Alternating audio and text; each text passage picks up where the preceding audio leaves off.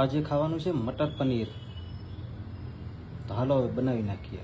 તેલ ગરમ થઈ ગયું છે, એમાં નાખી દઈએ 2 સૂકા મરચાં અને 1 ટમાટર. આ થઈ જાય એટલે એમાં નાખી દઈશું ડુંગળી. ગોલ્ડન બ્રાઉન થઈ જાય ત્યાં સુધી પકાવી દઈશું. પછી નાખશું ટમેટા. કારણ કે પહેલાં ટમેટા નાખી દઈશું ને તો ટમેટા પાણી છોડી જશે ને એટલે ડુંગળી પાકશે નહીં.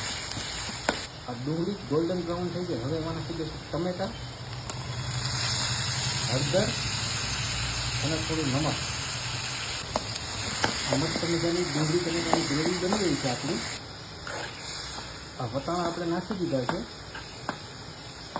અને તેલ છોડે ને એની પહેલાં આપણે એમાં નાખી દઈશું પનીર. એટલે મસ્ત મજાનું મિક્સ. તો પનીર નાખી દીધું છે. હવે આને મિક્સ કરીને થોડી વાર ચડવાનું છે. હવે આ શાક ચડી રહ્યું છે ને છેલ્લા સ્ટેજમાં છે. એમાં નાખી દઈશું આપણે થોડી અમથી કસૂરી મેથી. એનાથી શું સુગંધ મસ્ત આવે.